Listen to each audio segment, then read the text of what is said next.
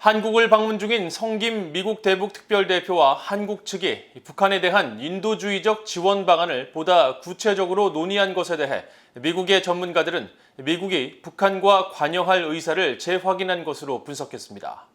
하지만 대북 인도주의적 지원이 비핵화 논의로 이어지는 것은 어렵다고 전문가들은 분석했습니다.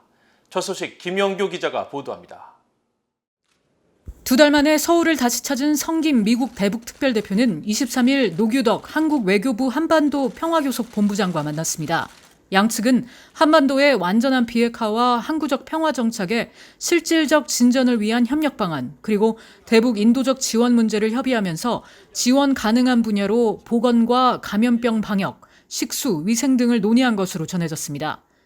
에반스 리비어 전 국무부 동아태 담당 수석 부차관보는 이에 대해 미국과 한국이 북한에 대한 인도주의적 지원 의지를 재확인한 것으로 분석하면서도 이런 노력이 북한을 대화로 끌어낼 수 있을지에 대해서는 회의적이라고 지적했습니다.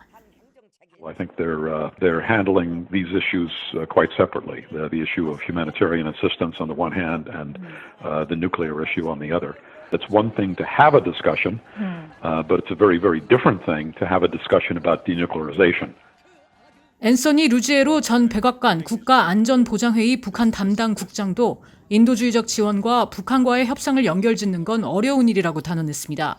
북한에 대한 인도주의적 지원은 한국전 참전 미군 유해 송환과 마찬가지로 협상이 실질적으로 일어나지 않는 시기에 상황을 진전시킬 수는 있지만 그것으로 비핵화 협상이 이루어질 것이라고 판단하는 건 성급하다는 겁니다.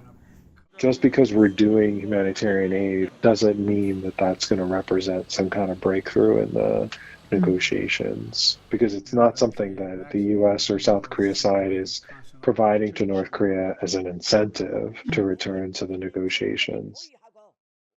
해군 분석센터의 켄고스 적성국 분석국장은 북한이 체면을 잃지 않는 선에서 미국과 한국의 지원을 받아들일 가능성은 있지만 이것을 북한의 핵무기를 논하는 데 지렛대로 사용하려고 한다면 이뤄지지 않을 것으로 내다봤습니다.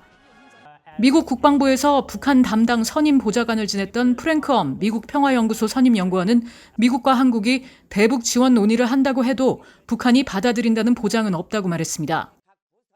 I don't think that this suggests that there are, any indications that North Korea is, willing to come back to talks or willing to accept aid. I think it's, really because the two sides, the U.S. and South Korea, have to try to find progress. 엄 선임 연구원은 그러면서 미국과 한국이 당장은 북한이 필요로 하는 물품을 제공함으로써 북한의 신뢰를 얻고자 하는 것으로 보이지만 언제 어떻게 관여를 시작할지 결정하는 건 결국 북한이라고 지적했습니다. VOA 뉴스 김양규입니다.